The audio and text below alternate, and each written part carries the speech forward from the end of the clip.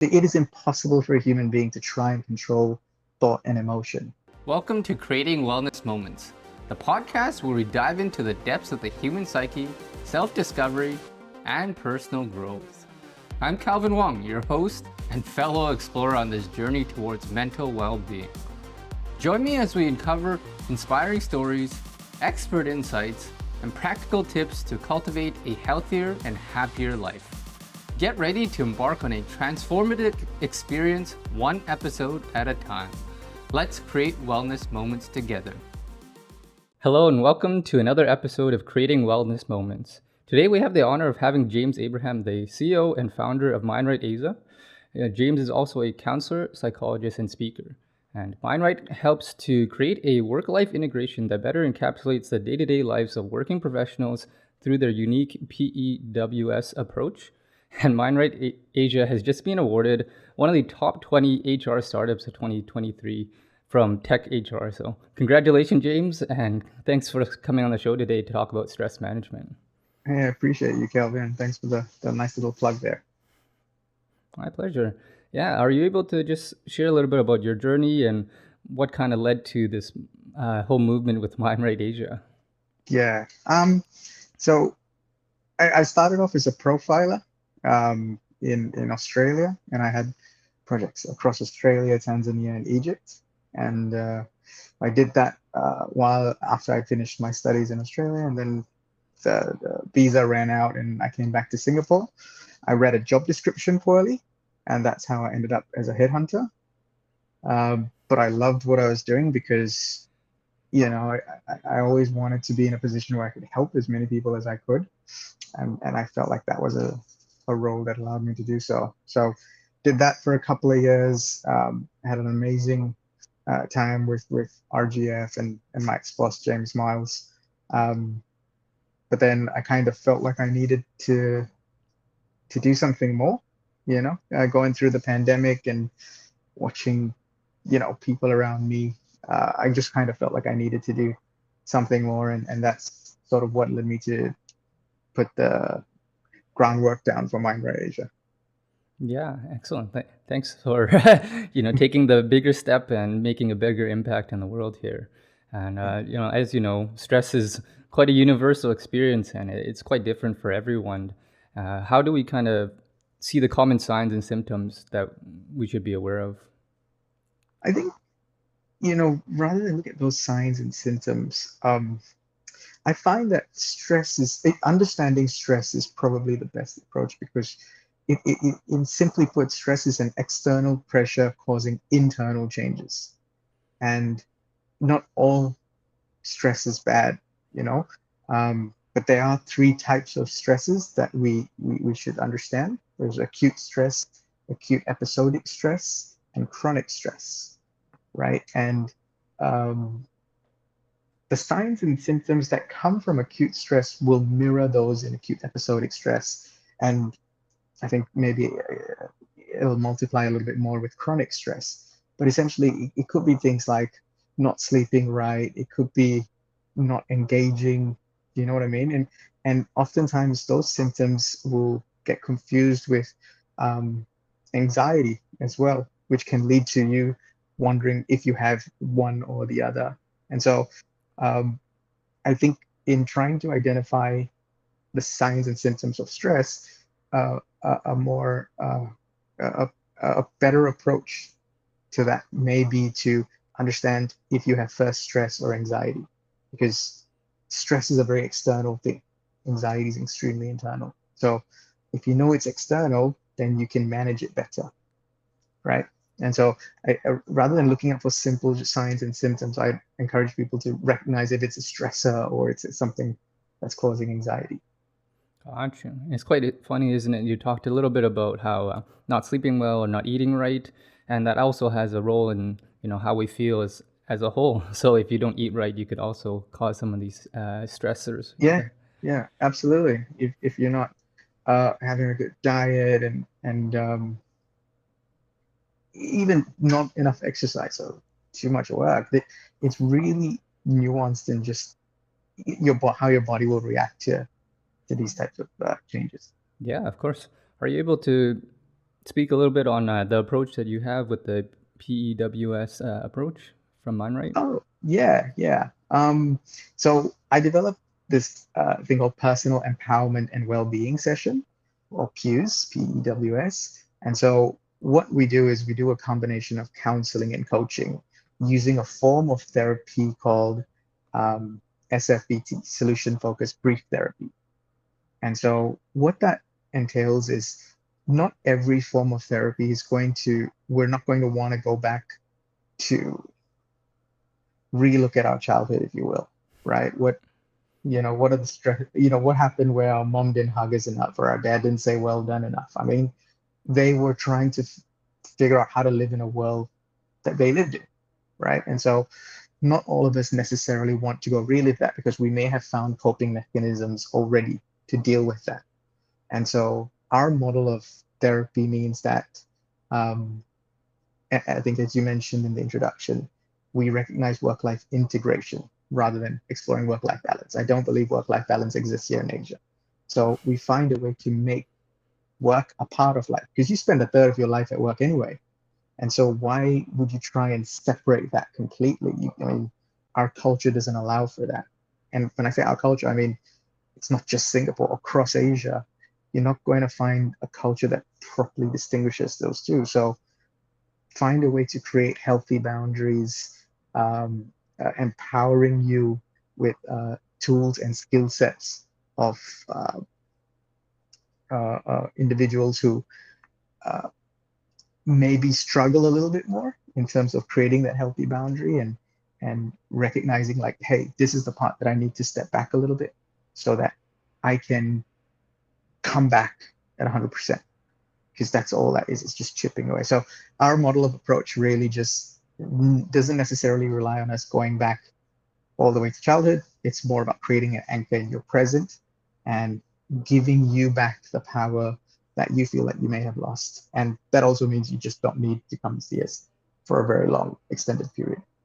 Of course.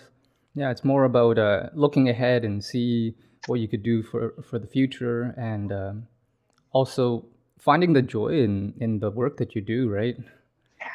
Yeah, I mean, again, it's not like we're all going to love the jobs that we do, right? There's going to be times where we don't enjoy it as much, and but that's okay. That's totally normal. You can't do something that gives you 100% happiness all the time, because part of happiness is embracing the hardships that come with it. Um, there's many studies that have shown that if you actually try to chase happiness, you would end up depressed. It's like trying to catch rainbow in your hand. You would end up very, very depressed because it is impossible to chase happiness directly. You have to get it indirectly. And so, how you manage stress is a large part, in large part, contributes to how you feel about happiness and how you go about achieving it. Of course, yeah.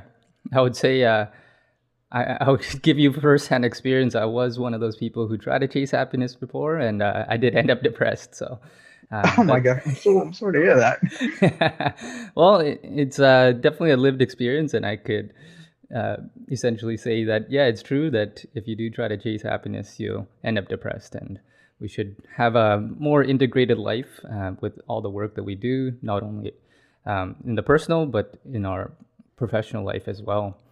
And Yeah, well, thank you for saying that. Yeah, I do believe that. And, you know, I think when you understand, and maybe you might be able to relate to this, when you understand a little bit more about um, it's not necessarily something that causes stress, but it's how you feel about something that causes stress.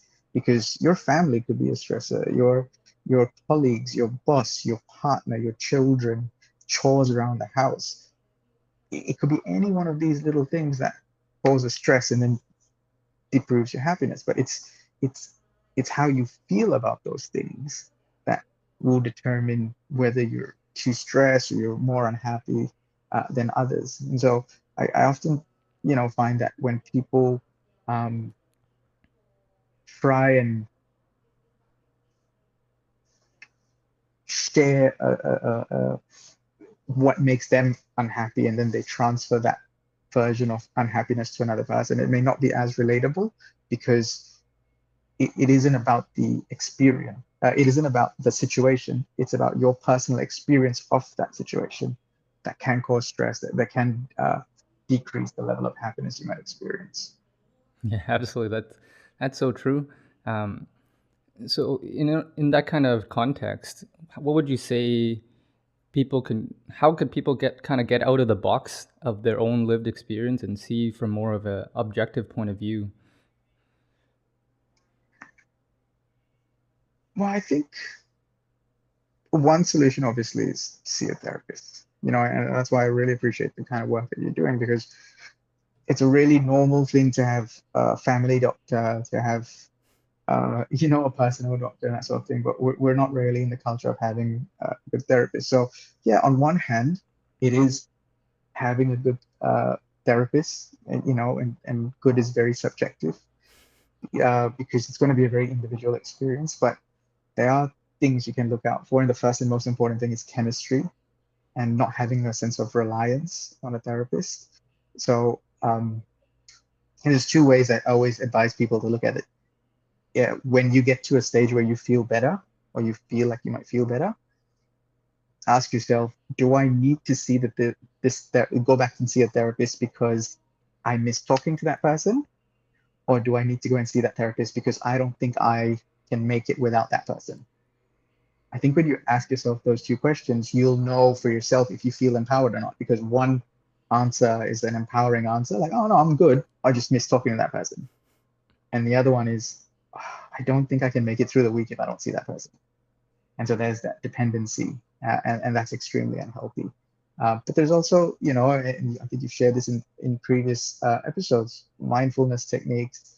I had a client recently asked if eating can be considered mindfulness and meditative. And I said, well, not excessively, but yeah, there are things like if eating calms you down, and yeah, that would be a form of mindfulness, and it would be a form of meditation, because when you're eating or you're watching Netflix, and just on the sofa relaxing, that's when you're actually breathing normally, and that's all meditation is: breathing, learning how to control the different autonomic nervous system, the parasympathetic and sympathetic nervous system in your body, that disengages and engages the fight and flight mode in your body. So I think when you're able to regulate the breathing, you're already meditating. So retail therapy, which is a real thing that people do, where they go shopping, and they feel a lot better after they shop. My wife she told me she went over the weekend, bought 3 dresses and a handbag, and she felt better.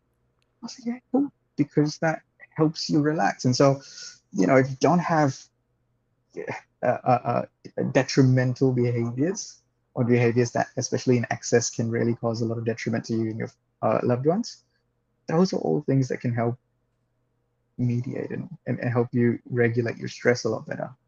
Hey there, amazing listeners. Before we dive deeper in today's insightful conversation, I want to take a quick moment to give a shout out to the driving force behind this podcast, my very own mental health focused creative production agency, Calvin Wong Media.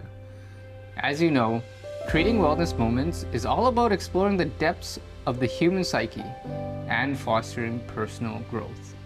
And guess what? It would not be possible if it were not for Calvin Wong Media. We conceptualize, humanize, and bring your story to life using unique storytelling techniques that engages the audience.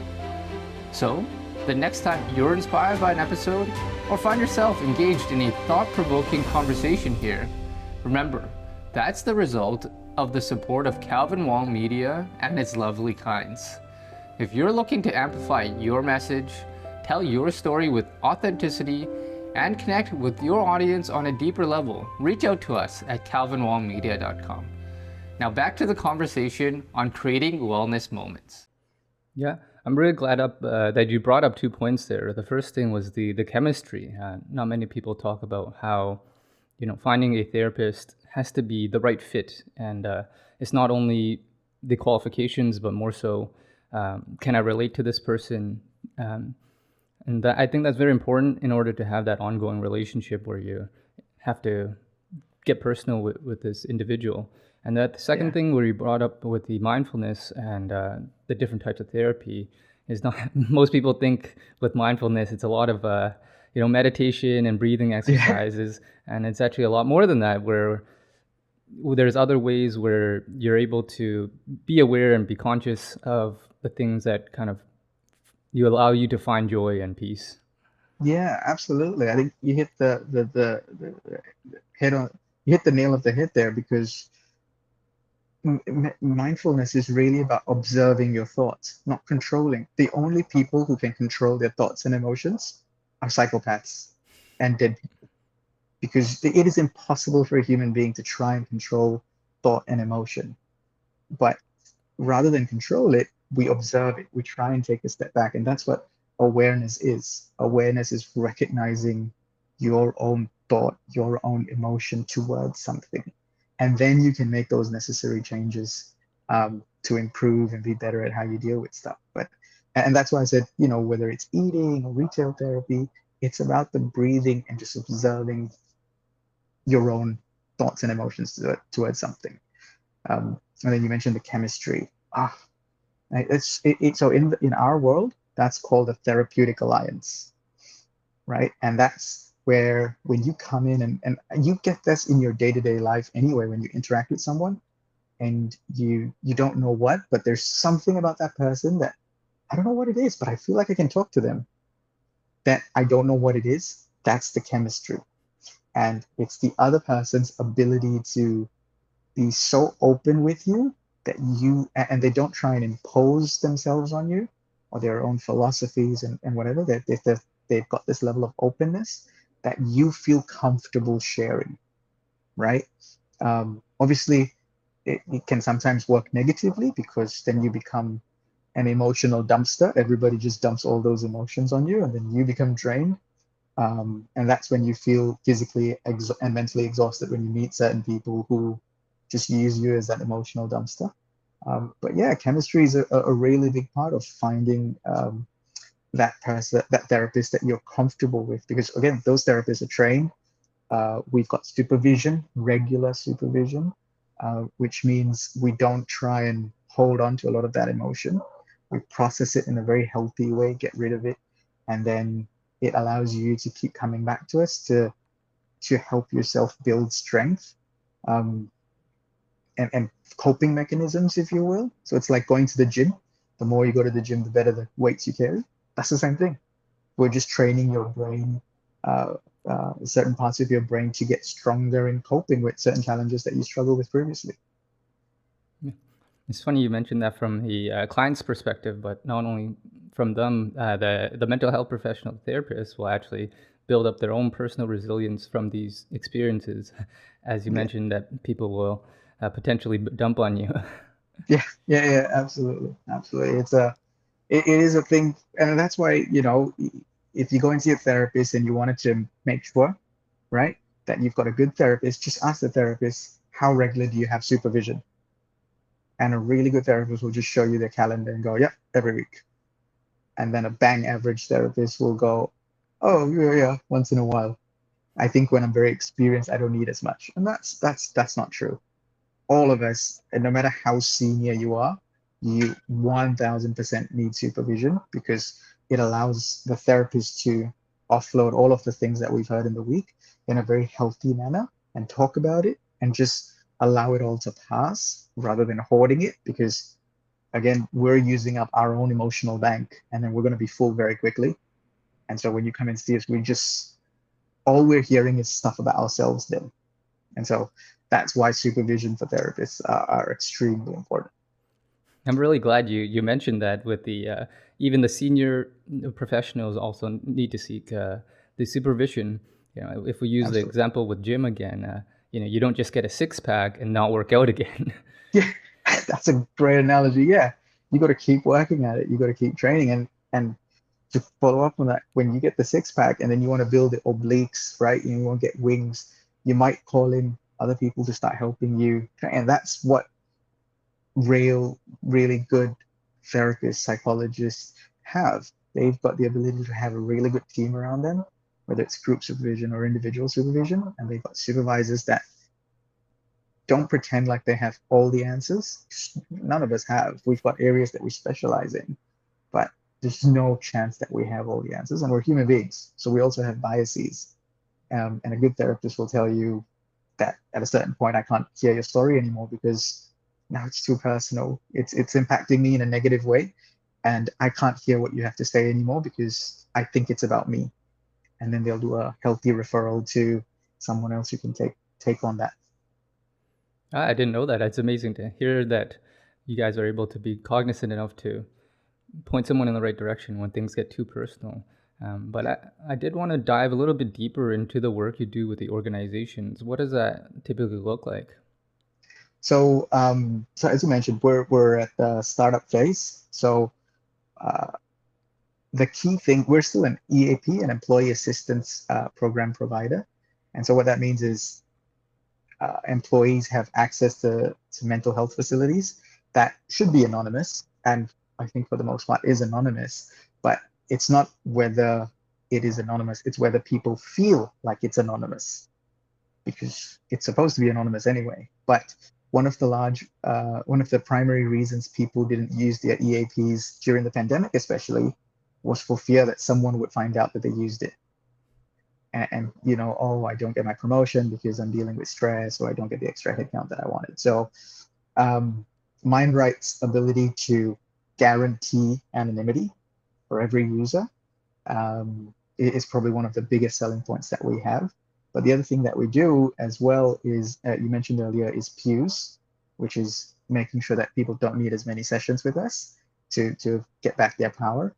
And the cool thing is we wrote training workshops, things like leadership, communication, critical thinking. But within those workshops that are very commercially driven, there's mental health already integrated into it. And so rather than try and teach you how to meditate and teach you how to manage your stress, we put you in a situation where you'll do the same thing you used to be doing with a slight pivot. And that slight pivot is where that mental health piece comes in. And I don't want to say we trick you, but we really are trying to trick you into taking better care of your mental health. But you'll take it on board anyway because it'll give you a more fulfilling career. It'll give you greater joy at home. There was a recent study that showed that mental health issues like stress, depression, anxiety attributed to, on average, $28,702 per employee in Singapore as a loss. That's You know, quite a large number. yeah. And that's just commercially. We're not even talking about divorce rates, annulments, separations. I don't even want to get darker than that, really. But like, do you know what I mean? So I think when we just look at that financial, that's why those workshops I think are quite cool in the sense that we bring mental health to you in a way that's palatable, that doesn't require you to take extra efforts. Yeah, I appreciate that you are very cognizant with the confidentiality and what people find is essentially holding them back from taking the steps to take better care of their mental health, such as you talked a little bit about your program having this empowerment, and you allow them to take steps to essentially help themselves in the future once these sessions are completed. Yeah, I think the big part for us is that word empowerment, right? And that's why it's called personal empowerment and well-being, because my belief of empowerment is my job and any one of my therapist's job is to give you power back. Whether you recognize us for giving that back to you is completely secondary, because it's not about us, it's about you. And so we don't tell you, hey, this is what you do to get power. We ask you questions so that you figure out what it is that makes you more powerful. And when you're powerful enough, you don't need us anymore. And that's exactly what we're trying to do. We're not here to necessarily get a shout out on LinkedIn or hey, these people are amazing. If you do that, cool, we appreciate it. But we have our own gratification that comes from doing this type of job. And so that's what empowerment truly is. It's about giving you that power and not necessarily expecting the recognition back. And I think that's what the basis of MindRight Asia is, from the workshops to the one-to-one sessions. Yeah. Before we wrap up, is there any kind of key takeaways we could provide the listeners out there? Yeah, I think just, on the topic of stress, um, a really easy thing to recognize if you have stress or you have anxiety is stresses are tangible. So you must either see it, hear it, touch it, taste it, feel it. It's got to be activating one of your five senses. If it doesn't activate any of your five senses, it's not stress, it's anxiety. And anxiety is a slightly harder thing to deal with because it's in your mind, and that's where things like perfectionism, imposter syndrome, those things come around. But if it's a stress, it's still very manageable. And so breathing techniques help. Retail therapy helps. Things that make you control your breathing helps, right? But if it doesn't, seeing a licensed and registered professional is probably the best way. And like I said, you don't really need that much. And so it's a very, very manageable thing.